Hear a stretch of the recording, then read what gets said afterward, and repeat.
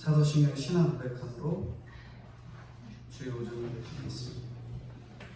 전능하사 천지를 만드신 하나님 아버지를 내가 믿사오며 그 아들 우리 주 예수 그리스도를 믿사오니 이는 성령으로 잉태하사 동정녀 마리아에게 나시고 본디오 빌라도에게 고난을 받으사 십자가에 못 박혀 죽으시고 장사하지 기사날에 죽은 자 가운데서 다시 살아나시며 하늘에 오르사 전능하신 하나님 우편에 앉으시다가 저희로서 산자와 죽은 자를 심판하러 오시리라.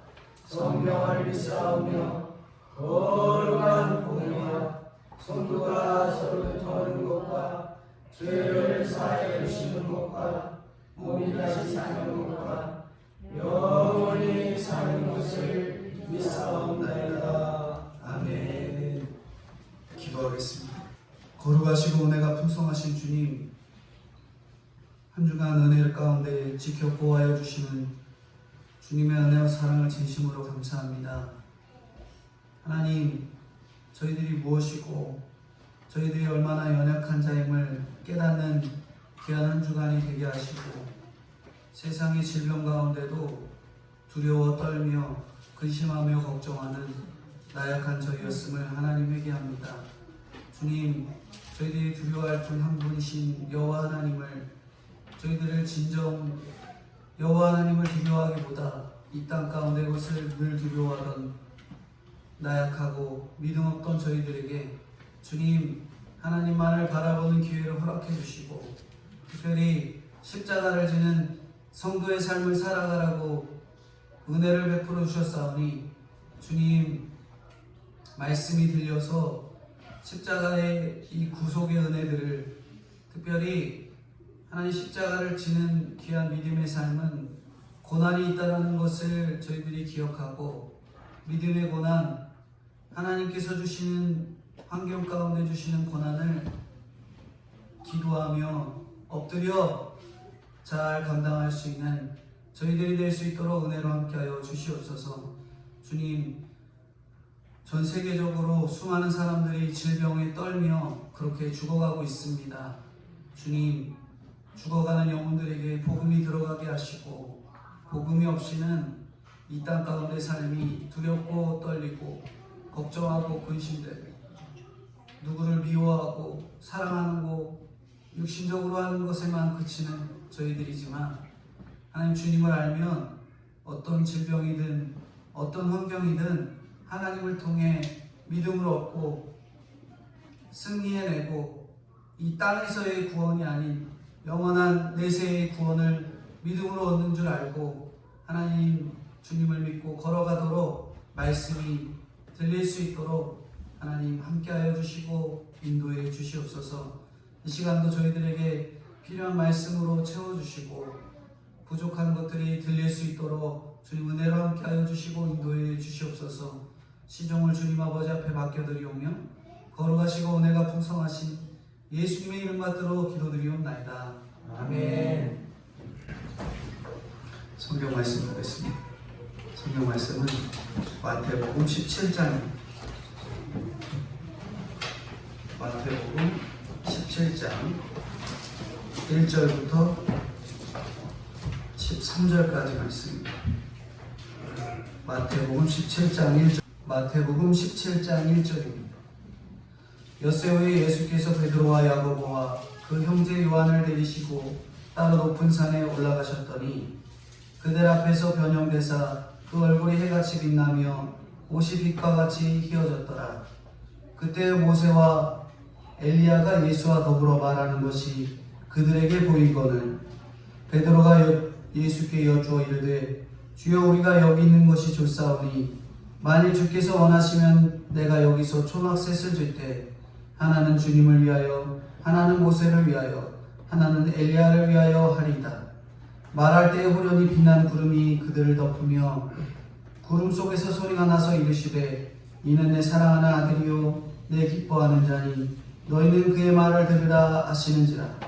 제자들이 듣고 엎드려 심히 두려워하니 예수께서 나와 그들에게 손을 대시며 이르시되 일어나라 두려워하지 말라 하시니. 8절입니다. 제자들이 눈을 들어보고 보매 오직 예수 외에는 아무도 보이지 아니하더라.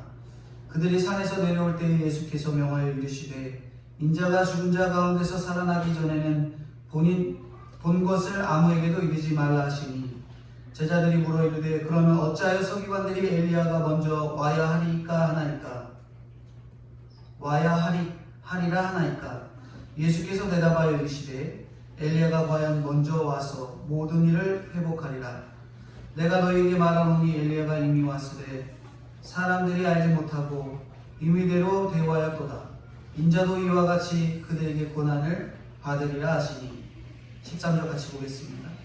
그제서야 제자들이 예수께서 말씀하신 것이 새 요한인 줄을 깨달으리라. 아멘.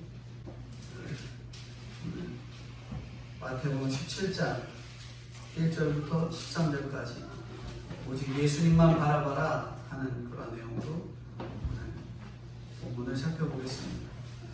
오늘날 수많은 사람들이 가진 목표가 엄청나게 다양하지요.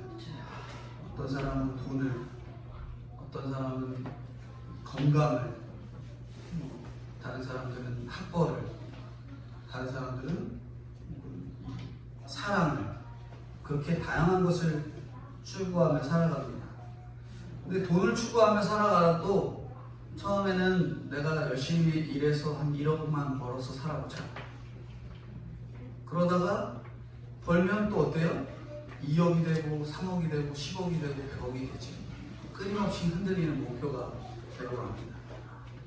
건강도 마찬가지예요. 처음에는 다리가 좀 불편했는데 제대로 걷기라도 해보자. 걸으면 뛰기라도 해보자. 뛰면 마라톤 대회라도 한번 나가보자. 그런 욕심이 나서 더 건강한 사람이 되고자 욕심이 생기고 목적이 바뀝니다. 계속 흔들리죠. 학업도 그렇고요. 사람도 그렇고 다양하게 우리가 목적이 있어서 추구하고 나아가지만 그런 것들은 계속 변화되고 흔들리고 가는 방향이 달라지고 쉽게 말하면 계속 흔들려요. 목적이 뚜렷하지 못하다 보니 그렇게 흔들립니다. 오직 변하지 않는 목표는 우리에게 있어서는 딱 한 분뿐이에요. 예수 그리스도뿐이지요. 변화산에서 영광을 본 제자들은 오직 예수 외에는 보이지 않더라 하고 말씀하고 있습니다. 그렇게 제자들은 예수 외에는 보이지 않는 인생이 되었고요. 우리가 그렇게 예수 외에는 보이지 않는 그러한 사람으로 살아가기 위해서는 우리가 어떤 정확하게 바라보아야 할 것들에 대한 이 지혜나 목표가 분명하게 있어야 할 것입니다. 우리가 무엇을 바라보아야 어떤 예수님이 정확하게 보일지 오늘 본문을 통해서 세 가지로 살펴보려고 합니다. 첫 번째로 높은 산으로 올라가야 예수님을, 높은 산으로 올라가시는 예수님을 저희들이 바라봐야 됩니다.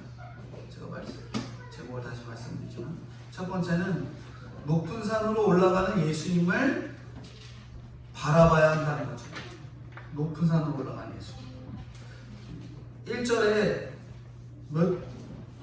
여기 보면은 1절 딱 시작할 때 뭐라고 얘기해요? 엿새후라고 하죠.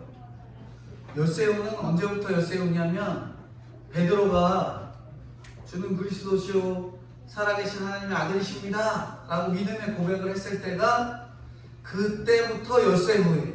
예수님께서 어디로 간 거예요? 높은 산에 올라가셨다. 거기 올라갔는데 누구를 데려가요? 베드로와 야고보와 요한을 데리고 높은 산으로 올라갔다. 이렇게 얘기합니다. 예수님은 그렇게 신앙 고백을 들으시고 인자가 당할 고난과 죽임과 부활을 이야기해 주셨어요. 베드로가 주는 그리스도시요 살아계신 하나님이십니다 라고 고백했더니 그래 넌 이 정도 수준에 머물렀으니까 그 정도 수준에는 이 말씀이 필요할 것 같아. 그러면서 십자가에 죽을 것을 베드로한테 얘기했더니 베드로가 그럼 안 됩니다 했더니 예수님이 사탄아 물러가라 이렇게 얘기했잖아요. 그러한 과정 말씀들을 이야기해 주시고 이제 베드로가 그 일이 결코 주님께 미치지 않으리라고 자기 나름대로의 그 사람 중심의 신앙을 가지고 예수님께 가나니까 자기를 부인하고 십자가를 지고 쫓으라고 하신 그 말씀이 나온 지 엿새 후에요. 그 말씀을 하시고도 제자들이 그 이야기를 감당할 만한 때까지 주님이 시간인 엿새 후 즉 일주일을 기다리신 거예요. 일주일. 주님은 이렇게 자기 신앙을 부족한 것을 깨닫고 엎드리고 그래도 부족한 걸 아시고 주님은 이렇게 기다려주세요. 주님이 저희를 기다려주시죠. 저희가 저는 예수님 믿습니다. 믿음의 고백을 했어도 행동이 안 나와요. 행동이 안 나오니까 주님이 우리들의 그 믿음을 보시고 연약한 것을 보시고 기다려주시는 거예요. 저희들의 항상 연약한 모습을 기다리시죠. 신앙 고백을 했어도 기다리고 또 기다리고 죽을 때까지 기다리면서 주님께서 데리고 가는 자들이 바로 제자들이고요. 바로 그 제자들을 주님께서 훈련시켜 주십니다. 저희들도 제자예요. 그쵸? 믿음의 고백을 했는데도 아직도 준비되지 못한 게 많으니까 주님이 이렇게 끌고 가시잖아요. 그게 바로 저희입니다. 제자 훈련은 다른 게 아니고요. 늘 하나님과 함께하는 시간을 많이 갖도록 훈련하는 것. 그게 바로 제자 훈련입니다. 12제자 중에 베드로 그리고 야고보와 요한을 따로 데리고 훈련을 시키시기 위해서 높은 산으로 가시죠. 우리가 훈련받는 건 끝이 없습니다. 세상 사람들이 운동을 하고 공부를 하고 거기에는 항상 끝이 있잖아요. 운동선수들의 끝은 항상 올림픽 금메달이 되고 공부하는 사람들의 끝은 합격이잖아요. 합격. 그리고 통과. 그리고 인정받는 것. 그런 훈련의 끝이 있습니다. 하지만 우리가 신앙생활하면서 받는 훈련은 끝이 있어요? 없어요? 이 땅 가운데서의 끝은 없어요. 오로지 천국 가야 끝인 거죠. 아무리 딴소리를 해도 제자들이 끊임없이 반복해서 제자들에게 그렇게 끊임없이 반복해서 말씀해 주시고 훈련시켜 주십니다. 제자들은 고난이 없어도 예수님 따라다니는 게 고난이에요. 그쵸? 제자들은 다른 거나 막 쓰러지고 다리 하나 다쳐갖고 목발 짚고 따라다니고 눈 한쪽 안 보이고 이게 아니라 몸은 다 멀쩡하고 자기 상황은 다 멀쩡해도 주님 따라다니는 게 뭐예요? 훈련이에요. 주님 따라다니는 고난이죠. 문둥병자나 중풍병자나 병에 들린 자나 창기나 극심한 고난 가운데 엄청난 신앙 고백을 한 사람들도 예수님 따라다녀요? 안 따라다녀요? 안 따라다니죠. 그들이 뭘 따라다니면 제자들처럼 못 따라다니잖아요. 제자들은 계속 따라다닙니다. 그러나 고난이 없어도 그저 예수님 옆에 붙어있는 사람들을 주님께서 그렇게 제자로 만드세요. 2절입니다. 2절 한번 읽어주세요. 그들 앞에서 변형되사 그 얼굴이 빨침이 나며 옷이 이와 같이 휘어졌더라. 네. 인생의 목적이 우리가 뭐냐면 행복이 아니에요. 행복이 아니고 뭐예요? 거룩입니다. 거룩. 우리의 목적은 거룩이에요. 날마다 예수님 닮아가는 것. 이 거룩인데 새 제자들이 앞에서 예수님이 진짜 거룩한 모습을 보여주세요. 무음하고 순결하신 예수님이 티끌과 같은 모습으로 낮아져서 이 땅에 오셨어요. 그런데 순결하고 거룩은 우리가 구분을 해야 됩니다. 순결하다, 거룩하다 같은 의미가 좀 아니라는 거죠. 거룩은 순결보다 엄청나게 높은 수준의 신앙이 바로 거룩이에요. 순결의 초고위 수준이 바로 거룩이지요. 죄가 없는 사람이 거룩한 게 아니라 죄에 직면했을 때 죄를 거부하는 사람이 거룩한 사람이죠. 근데 인생이 다 죄인이니까 우리가 다 100% 죄인이잖아요. 죄인이라서 날마다 죄에 직면하는 시험을 예수님도 받으셨어요? 안 받으셨어요? 받으셨죠. 히브리서 4장 15절에 보면 모든 일에 우리와 똑같이 시험을 받으신 이시로되 죄는 없으시다. 그렇게 모든 것들의 사랑과 똑같이 받았지만 예수님은 죄가 있어요? 없어요? 없어요. 그러니까 예수님은 거룩 그 자체예요. 그러니까 예수님이 우리의 인생의 목적이 행복이 아니라 거룩이라는 것은 우리가 예수님 닮아가는 게 우리 인생의 최고의 목적인 거죠. 순결하지만 죄를 짓지 않는 시험을 통과하시고 이제 완전한 거룩의 모습으로 예수님이 변화가 되신 거죠. 사람으로서는 할 수 없는 최고의 거룩의 모습을 보여주셨습니다. 신성과 인성이 합쳐진 완전한 신앙 인격, 그것을 예수님이 제자들에게 보여주신 거예요. 이렇게 빛나는 주님의 변형을 딱 보고 나서 이게 꿈인가 생신가 알 수가 없어요. 근데 어느 정도의 신앙의 수준에 있는 사람들에게 이걸 보여주면 아, 예수님이 진짜 거룩한 분이구나 라는 게 보인다는 거죠. 그게 바로 누구냐면 신앙 고백이 있는 자. 신앙 고백이 있는 사람들은 성경을 줄줄줄 읽어줘도 은혜가 돼요.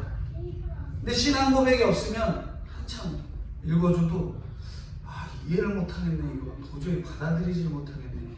뭐라고 하는 건지 알 수가 없는 거예요. 그러니까 신앙 고백이 없으면은 성경을 볼 때 굉장히 힘들어요. 3절인데요. 한번 3절 읽어주십시오. 그때 모세와 엘리야가 예수와 더불어 말하는 것이 그들에게 보이거늘 네. 율법의 대표 모세, 선지자의 대표 엘리야, 이 둘, 그리고 이스라엘 사람들이 최고로 여기는 두 사람, 이 사람이 예수님을 증거하고 있습니다. 이렇게 오늘날 신앙생활을 꾸준하게 이어가는 성도들을 나중에 때가 되면 누군가는 증거해 주게 돼요.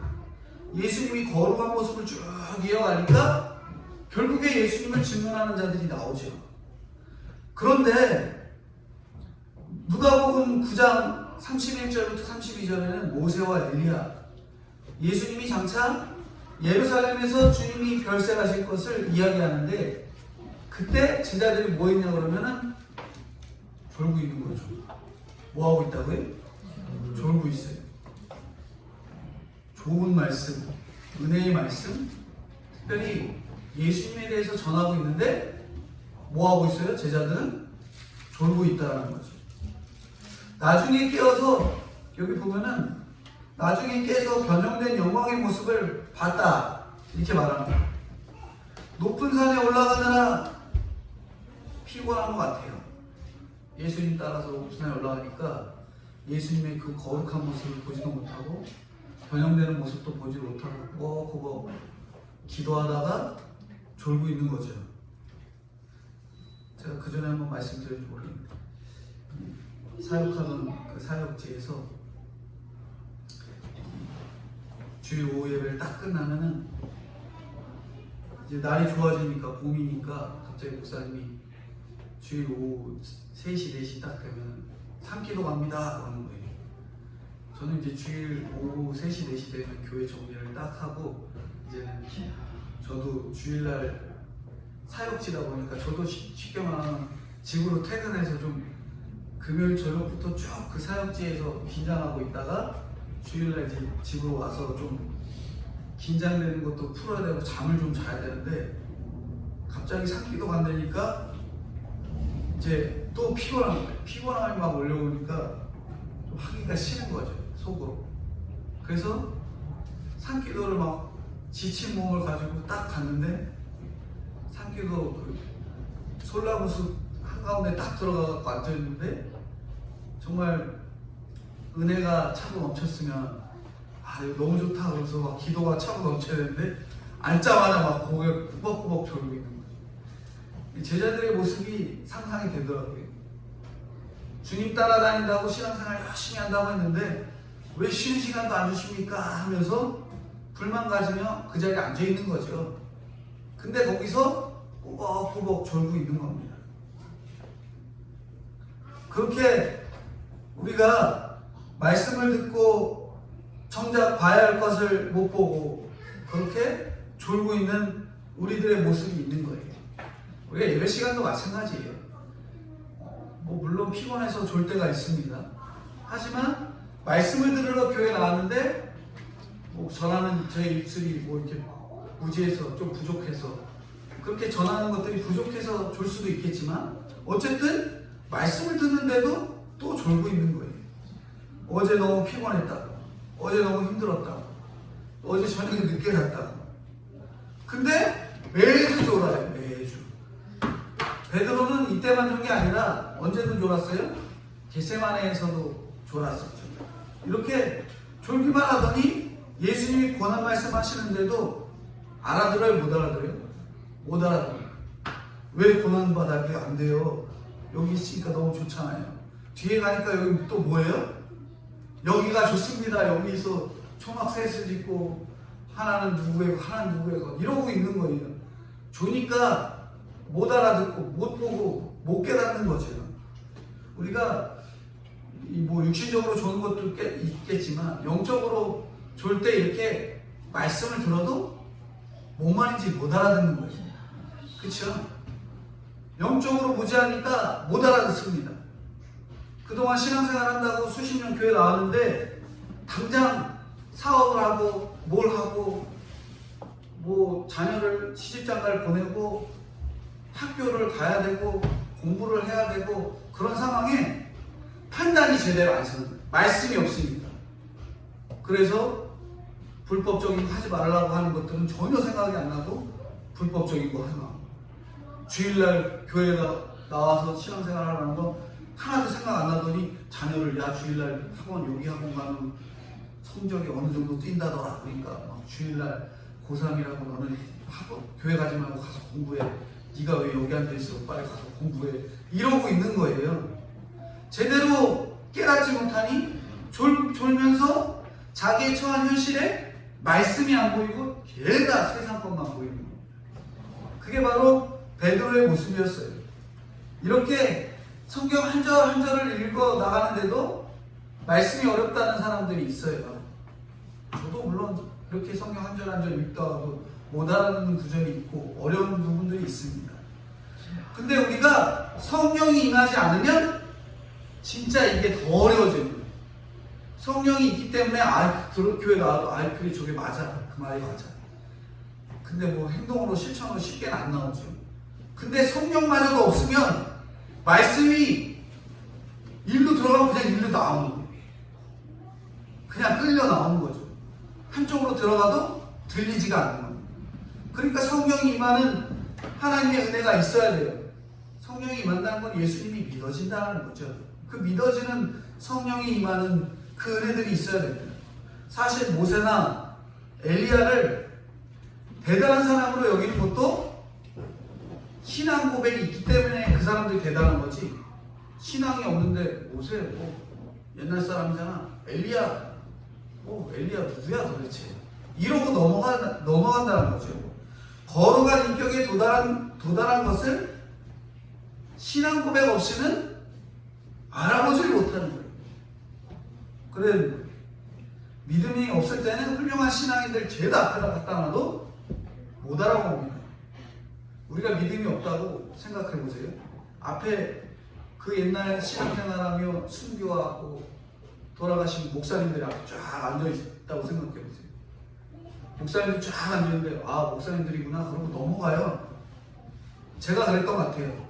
저는 물론 중요한 것들을 기억하지 않는 그런 약간 안 좋은 습성을 갖고 있는데 특별히 이름을 잘 기억 못했거든요. 옛날에는 어느 목사님 저 대학교 다닐 때 저 신학교 다녔는데 앞에서 강의하시는 교수님들이 딱 나가고 어느 목사님 막 이렇게 얘기하는데 그 목사님들 이름 얘기 딱 들으면 한 귀로 들어왔다 한 귀로 흘려져요. 안 들리는 거죠. 그분들이 제 앞에 딱 왔다고 해도 저 아저씨 누구야 이러고 말할 거예요. 그만큼 성령이 임하지 않으면 누가 와도 어느 신앙의 훌륭한 조상들이 와도 내 앞에 오면 그냥 아저씨인 거죠. 아저씨. 모르는 아저씨. 아, 저 사람이 그냥 엘리야구나. 저 사람이 모세였구나. 그러고 흘려 듣고 마는 거예요. 근데 저희들이 예수님 믿고 성령이 임하니까 그분들 그냥 이름만 들어도 정말 저희들이 아, 그분 정말 훌륭하고 신앙이 조상이고 우리나라 훌륭한 신앙의 조상들 막 얘기하면 뭐 제가 주일 학생들한테 보여줬던 이 손양호 목사님 이 순교하시는 그런 스토리가 굉장히 인터넷 보면 유튜브에 막 스토리로 막 올라왔거든요. 만약에 진짜 손양호 목사님이 제가 여기 딱 왔으면 와, 대단한 분이 오가였네. 와, 정말 신앙이 그러니까 저희들이 보면은 그런 분들이 존경스럽게 보이는 거예요. 말하면 요즘에 연예인들 보면은 얼굴에 막 광채가 난다 그러잖아요. 우리가 마음에 성령이 들어가면 그렇게 훌륭하게 신앙생활 하시는 분들이 딱 보면은 그 후광이 보여요. 그래서 범접할 수가 없어요. 가까이 가는 게 두려운 거죠. 범접하는 게 두려운 그런 거죠. 신앙 고백이 있기 때문에 그렇습니다. 4절인데요. 4절 한번 읽어보겠습니다. 4절 같이 읽겠습니다. 베드로가 예수께 여쭈어이르되 주여 우리가 여기 있는 것이 좋사오니 만일 주께서 원하시면 내가 여기서 초막셋을 짓되 하나는 주님을 위하여 하나는 모세를 위하여 하나는 엘리야를 위하여 하리이다. 영광을 보여주면서 이제 죽겠다고 예수님이 하시는 예수님 앞에 베드로가 떡하니 나와갖고 16장에서도 예수님 고난이 절대 미치지 않을 겁니다 그랬더니 사탄아 물러가라. 예수님이 그렇게 사단이라고 소리를 들은 베드로였잖아요. 그렇게 야단 맞은 지 일주일이 지났어요. 근데 여기 또 와갖고 뭐 하는 거예요? 여기가 너무 좋아요. 주님 저 여기 있겠습니다. 초막셋을 지어서 주님 엘리야 모세를 위해서 짓고 여기서 살았으면 좋겠는데요. 그러고 있는 거예요. 예수님은 나는 죽을 것이다. 죽겠다. 말했더니 베드로는 뭐 하는 거예요? 저는 여기서 죽겠다예요? 살겠다예요? 저는 여기서 살겠습니다. 예수님이 하는 말씀을 하나도 못 알아듣는 거죠. 야 내가 죽겠다. 곧 죽을 거다. 얘기했더니 베드로는 저는 여기서 살겠습니다. 저 여기 너무 좋은데 여기서 살 거예요. 가르쳐 놨더니 엉뚱한 소리 하면 어떨 것 같으세요? 선생님이 야 이건 기억이야 라고 기억을 딱 가르쳐줬더니 뭐라고 하는 거예요? 이거 니은이요. 그러면은 선생님이 어떤 마음 들 것 같으세요? 어휴 답답하겠죠. 물론 처음 해오는 아이들은 힘들 수 있습니다. 하지만 수십 번 들어왔어요. 수백 번 들어왔던 그거를 또 얘기했더니 뭐 하는 거예요? 저건 니은인데요. 그러면 예수님이 얼마나 베드로 보면서 답답해 하셨겠어요. 근데도 주님께서는 그를 제자라고 부르시면서 그래도 정신 못 차리는 자에게 주님께서 말씀으로 깨닫게 하시는 것이죠. 모세와 엘리야는 이미 천국에 있잖아요. 초막에 살 사람들이 아닙니다. 죽어지고 썩어지라고 하는데 천지분간 못하고 베드로는 저는 살겠습니다 하고 있는 거죠. 이렇게 우리는 올라가시려는 주님을 보지 못하고 내려와서 함께 하실 주님만 바라보면서 저는 여기가 좋습니다. 주님 그냥 여기서 사시죠. 주님이 그냥 한두 명 사람 고쳐가면서 여기서 사는 게 최고가 아니겠습니까? 제자들처럼 어리석어 보여도 깨닫지 못하는 주님께서 깨닫지 못하는 제자들 향해서 주님께서 오늘도 저에게 그렇게 그래도 따라오려는 너희는 계속 알아듣게 하시려고 오늘도 저희 알아듣게 하시려고 교회 나오게 한 거예요. 그동안 그렇게 못 알아들었는데 오늘도 알아듣게 하시려고 또 교회 나오게 한 거예요. 오늘 저희를 불러주신 거 그렇게 감사할 수밖에 없는 거죠. 오늘도 그렇게 주님이 저희들 알아듣게 하시려고 교회 나오게 된 줄 알고 주님 향해서 높은 산으로 올라가시는 그 예수님을 보면서 저는 제자리에 머물러서 제자리에 머무는 베드로와 같이 초막셋을 짓겠다고 욕심부리고 그 올라가시는 예수님을 자꾸 가로막으려는 저희들이 되지 않도록 늘 저희들이 주님이 하시는 말씀에 이게 정확한 말씀인지 깨닫는 은혜들이 저희들이 있어야 될 것입니다. 그렇게 우리가 봐야 할 예수님을 정확한 기준점을 잡고 주님을 쫓아야 돼요. 근데 두 번째로 하는 말씀이 뭐냐면 우리가 들어야 할 말씀을 가지신 예수님을 바라봐야 한다는 겁니다. 우리가 이제 아까는 산으로 올라가는 예수님을 쫓아야 한다고 했다면 두 번째는 말씀을 가지신 그 예수님을 봐야 한다고 해요.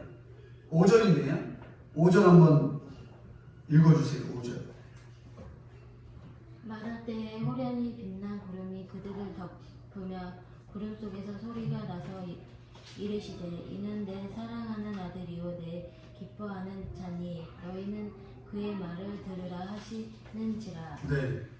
베드로에게 들으라고 환경을 만들어 주셨어요. 졸고 앉아 있으니까 이제는 분별하기 위한 사건을 주십니다. 그게 뭐냐면 구름을 잠깐 줘요. 구름. 근데 구름을 잘 보면은 어떤 구름이라고 해요? 5절에 말할 때에 호련히 빛난 구름이죠.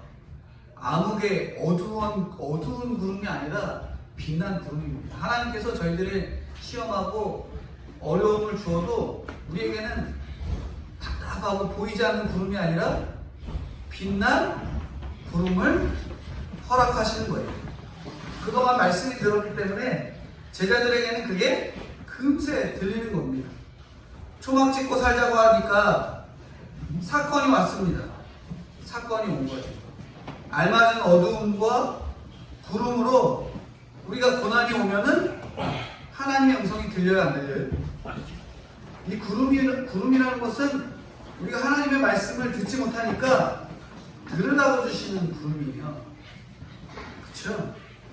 신앙인들에게는 항상 고난이 있다 하는데 그 고난이 바로 이 구름과 같습니다. 우리가 말씀 너무 안 들으니까 너네는 이 정도 구름은 내가 줘야지 알아들으라고 주시는 구름이에요. 빛난 구름이 바로 그런 구름이죠. 제자들의 인생에 어두운 사건이 와도 그것은 이미 남을 비추는 빛난 구름이 되는 거예요. 우리의 고난도 빛난 구름이에요. 믿는 사람들의 고난은 빛난 구름입니다. 어떤 고난을 겪고 계신가요? 다양한 고난이 있지만 그 고난이 우리의 그 고난이 갓 믿은 사람들, 믿지 못한 어려운 사람들에게는 그 구름이 빛난 구름이 되는 거예요. 제가 아프거나 힘들어도 끝까지 하나님 붙들고 가는 것이 주변 사람들에게 보여지는 것이 바로 빛난 구름이고요. 우리가 어떤 상황에 처해도 하나님 붙들고 가는 것을 보면 그 모습 자체가 빛난 구름이 되는 거죠. 하나님께서 예수님에게 하신 말씀이 이는 내 사랑하는 아들이요 기뻐하는 자라고 말씀합니다. 내가 누구를 사랑하고 기뻐해야 되는지 대상을 가르쳐 주는 거예요. 우리가 사랑하고 기뻐해야 될 대상이 누구예요? 바로 예수 그리스도죠. 예수 그리스도. 우리가 예수님을 사랑하고 기뻐해야 주님을 따를 수 있고 주님이 하시는 말씀에 순종할 수 있는 겁니다. 우리가 사랑하고 따르는 사람 누구예요? 배우자나 부모님이나 자녀들이나 정말 친한 친구나 그런 세상이 아니라 오직 주님만이 나를 사랑하고 기뻐할 대상이죠. 우리 구름과 같은 사건에서 이 말씀을 들을 때 그것이 빛난 구름으로 바뀌어질 것을 믿으셔야 돼요. 6절입니다. 6절. 그렇게 구름이 왔어요. 그랬더니 6절 같이 읽겠습니다. 제자들이 듣고 엎드려 심히 두려워하니. 구름이 오니까 제자들은 어떻게 하는 거예요? 두려웠단 말이죠. 죄인인 인간은 하나님의 영광 앞에서 어떻게 하는 거예요? 두려워할 수밖에 없습니다. 그래서 하나님의 뜻대로 사는 사람들이 옆에 가까이 가기 싫어하는 거예요.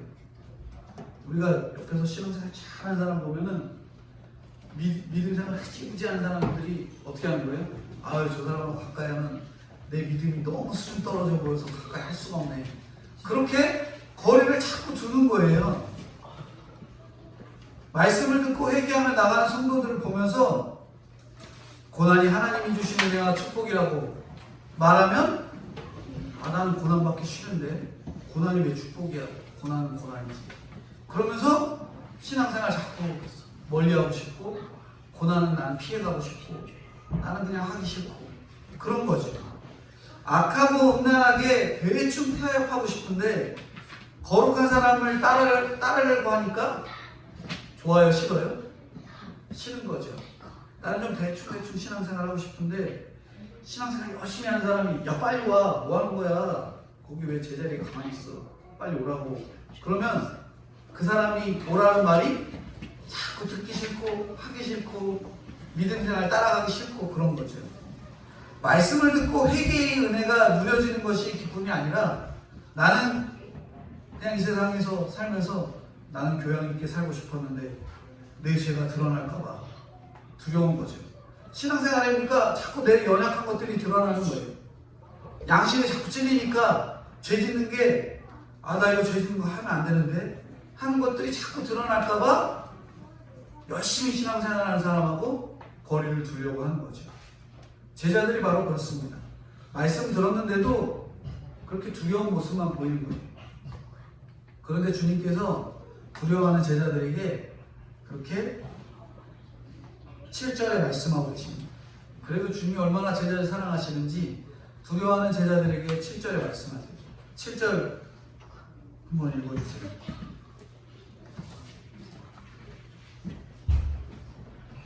예수께서 나와 그들에게 손을 대시며 이르시되 일어나라 두려워하지 말라 하시니 제자들이 눈을 들고 보면 오직 예수 외에는 아무도 보이지 않는다. 네. 이 7절에 보면은 이 두려워하는 제자들에게 야 너네는 아직도 정신 못 차렸냐? 이 정도 그러면 너희들이 겪으면서 신앙생활 해야지. 말씀해 주시면은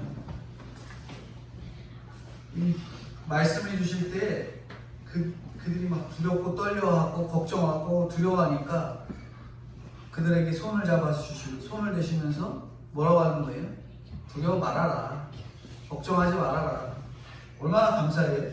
제자들은 이런 은혜를 경험했습니다. 하나님이 직접 예수님께서 직접 두려워하지 말라고 말씀하세요. 나는 고난받고 깨달았는데 넌 왜 이러니 하지 않으십니까? 그래도 넌 제자야. 내가 불러준 제자야. 넌 내가 옆에 있잖아. 일어나야 돼. 말씀하고 계십니다. 믿음은 부끄러움이 없는 거예요. 죄를 자복해서 부끄러움 당하지 않는 것인지 오히려 그동안 고난의 훈련이 없었는데 이 훈련이 우리에게 귀한 신앙의 재료가 되어가니까 기뻐하게 되는 겁니다. 8절도 읽어주셨는데 율법과 선지자는 구속사에서 율법의 마침이 되는 예수님께 자리를 양보해야 합니다. 이게 무슨 말이냐? 이제는 구속사에 초점을 두는 인생이 돼야 되는 거죠. 예수님만 보여야 하고 예수님만 봐야 합니다. 학벌이나 환경이나 자존심이나 그건 다 내려놓고 바로 예수님만 보라는 거예요. 높음이나 낮음이나 간 곳 없이 예수님과 자신뿐이다. 창조주 예수님이 모든 것을 내려놓고 십자가 지셨으면 이제는 제자가 된 우리도 세상에서 좋은 거 다 내려놓고 십자가 지라는 거예요. 좋은 거 다 내려놓으니까 인생 포기하라는 얘기가 아닙니다. 신앙생활 하면서 내가 욕심부리고 주님보다 더 욕심부렸던 것, 신앙생활보다 더 욕심부렸던 것 내려놓으라고 말씀하는 거예요. 그리고 마지막으로 우리가 봐야 할 예수님을 세 번째로 이제 올라간 예수님 그리고 말씀을 전하시는 예수님 마지막으로 어떤 예수님 보라고 하냐면 산 아래로 내려오는 예수님을 보여요. 내려오는 예수님 9절인데요. 9절 같이 읽겠습니다. 그들이 산에서 내려올 때에 예수께서 명하여 이르시되 인자가 죽은 자 가운데서 살아나기 전에는 본 것을 아무에게도 이르지 말라 하시니 예수님께 초점이 맞춰졌다면 그 영광이 크기 때문에 이제는 고난도 이제 크게 옵니다. 그전에는 믿음의 수준이 너무 낮았기 때문에 고난의 수준도 작아요. 근데 점점 신앙의 수준이 자라니까 그에 맞는 고난도 크게 옵니다. 베드로는 산 위에서 살고 싶어 했지만 예수님은 산 아래 통곡과 외로움, 질병, 그리고 이 땅 가운데 사명이 있었기 때문에 사명을 위해서 이 땅에 내려오십니다. 이 땅에서 뭐 잘 먹고 잘 살라고 뭐 옛날에는 아편이라고 요즘 마약이라고 그러는데 아편이나 마약같이 환각 속에 살아가라고 믿음 준 게 아니에요. 뭐 환각 증세 보이니까 너무 좋아갖고 거기가 너무 좋습니다. 막 꿈에서 너무 좋은 꿈 꾸면은 꿈속에서 살고 싶잖아요. 그처럼 우리가 거기에 살려고만 했다가는 안 되는 거죠. 땅이 너무 좋아요. 이 땅에 사는 게 너무 좋아요. 너무 잘 먹고 잘 살고 집도 좋고 자녀들도 말 잘 듣고 돈도 많이 벌고 너무 좋습니다. 거기서 살아가라고 저희들에게 믿음 주신 게 아니거든요. 저희 이 환경에 살아가라고 믿음 준 게 아니에요. 바로 천국에서 살아가라고 믿음 준 거지. 근데 우리는 그 믿음 준 거를 착각해서 여기서만 막 살아가는 게 좋습니다. 아까 베드로처럼 여기서 초막 셋을 짓고 살았으면 좋겠습니다. 그렇게 말하면 안 된다는 거죠. 믿음을 가지고 사명의 땅이 예수님이 이 땅 가운데 오셨고요. 우리의 땅은 사명의 땅이 어디예요? 내가 속해 있는 가정, 내가 속해 있는 직장, 내가 속해 있는 학교, 환경이 바로 저희들에게 주신 사명의 땅입니다. 가까이 가야 돼요. 믿음 없는 가족에게. 믿음이 작은 가족에게 가서 복음을 전하고 복음을 전할 때도 닥달하면 안 됩니다. 점점점 자라날 수 있도록 그에 맞는 신앙의 수준에 적합하도록 그렇게 전달해야 됩니다. 그런데 예수님께서는 너희는 영광을 봤어도 세상 사람은 신앙 고백이 없으니까 주님이 살아나시기 전에는 이야기하지 말아라. 그렇게 경계를 하시는 거예요. 신앙 고백이 확실하지 않다면 부활과 십자가가 공감되지 않기 때문에 경계해야 돼요. 아직 못 알아듣는 시점이니까 때가 되지 않았으니까 조금 기다려라. 그렇게 말씀하고 있는 거죠. 인간의 영광과 환상과 은사 중에서 그 어느 것도 자랑거리가 아닙니다. 때가 될 때까지 우리가 기다려야 돼요. 자랑할 게 참 많거든요. 신앙적으로. 그래도 우리가 때가 될 때까지 기다려야 돼요. 내가 이런 환경에서도 믿음을 지켰더니 내가 이런 환경까지 됐다. 자랑할 게 진짜 많은데 그래도 때가 될 때까지 기다리라고 말씀하고 있습니다. 사람에게 인정받으려고 하는 것이 가장 약점 많은 사람이 되는 지름길이에요. 지금 받는 평가가 지금 받는 그런 평가가 아니라 내가 죽음 뒤에 받는 평가가 가장 확실한 평가가 되죠. 그래서 주님은 내가 부활한 후에 이야기하라고 나는 십자가 지는 삶으로 증거하겠다고 하시면서 이 할 말과 안 할 말에 대해서 경계를 시키십니다. 이제 제자들이 예수님이 메시아이심을 확실하게 깨닫게 된 거예요. 환상을 보고 직접 예수님을 보고 예수님이 모세와 엘리야와 함께 있는 걸 보고 영광 중에 있던 걸 봤잖아요. 이제 더 믿음이 견고해지고 확실해집니다. 10절부터 12절 마지막 두 절인데요. 마지막 세 절입니다. 10절부터 12절 같이 읽겠습니다. 제자들이 물어 이르되 그러면 어찌하여 서기관들이 엘리야가 먼저 와야 하니까 하나이까?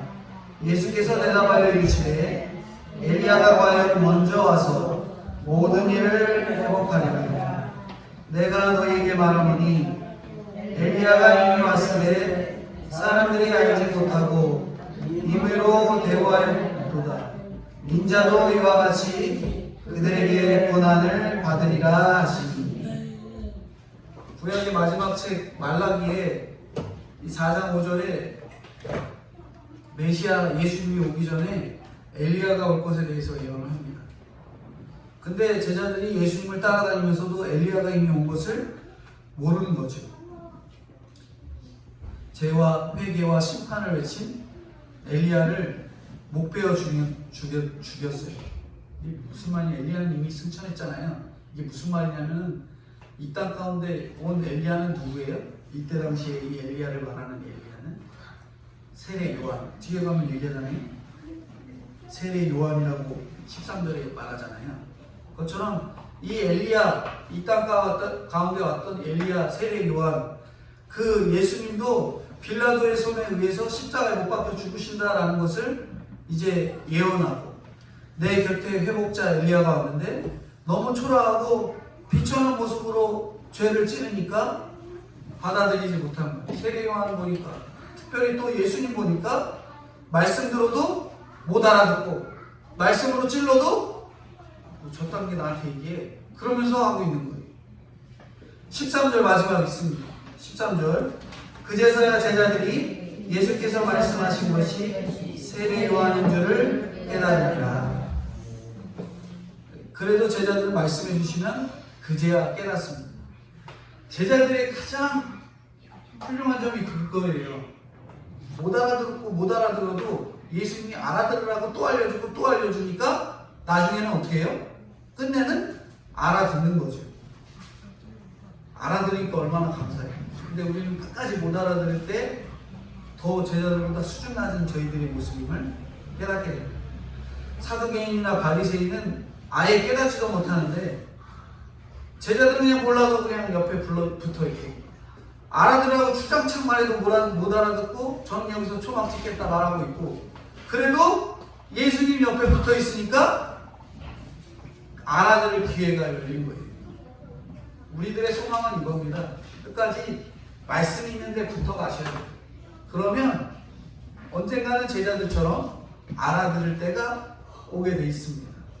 그래서 우리가 엘리야 여기 제자들을 향한 훈련, 그래도 그 교회에 붙어 있고, 그래도 예수님 붙어 있고, 옆에 붙어 있고, 말씀 있는 곳에 붙어 있어야 끝내는 훈련이 되어 알아듣게 되는 줄 아시고, 끝까지 그렇게 올라가는 주님, 말씀 전하는 주님, 내려오는 주님을 바라보면서 끝까지 신앙생활 이어나가시는 저와 성도님들이 되어야 될 것들을 말씀해주고 있습니다.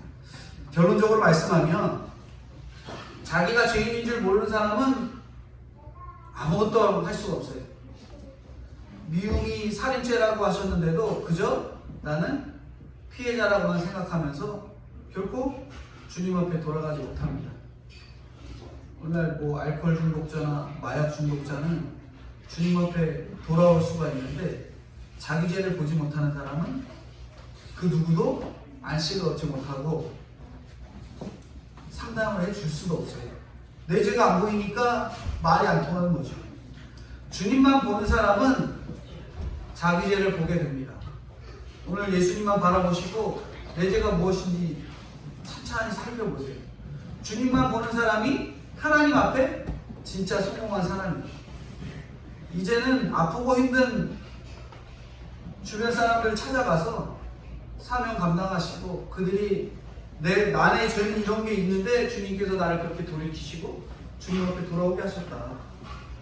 그런 사명을 가지고 다른 사람들한테 복음 전하시고, 그렇게 복음을 통해서 같이 천국을 바라보시고 우리의 목적 되신 예수님을 끝까지 바라보시고 신앙생활 하시는 저희가 다 되어야 될 것을 말씀해주고 있습니다. 기도하겠습니다. 거룩하시고 은혜가 풍성하신 주님, 은혜와 사랑을 진심으로 감사합니다. 우리는 학벌과 돈, 건강과 결혼, 그런 인생의 목적을 두고 살아가는 연약한 죄인들입니다.